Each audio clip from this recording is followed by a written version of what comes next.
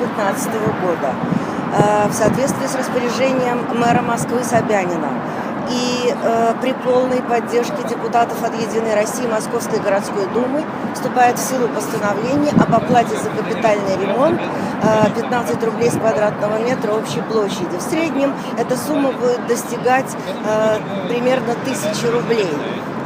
И вот эту 1000 рублей ежемесячно москвичи будут платить за капремонт в течение 25-30 лет. И это вовсе не говорит о том, что в их доме будет произведен капитальный ремонт.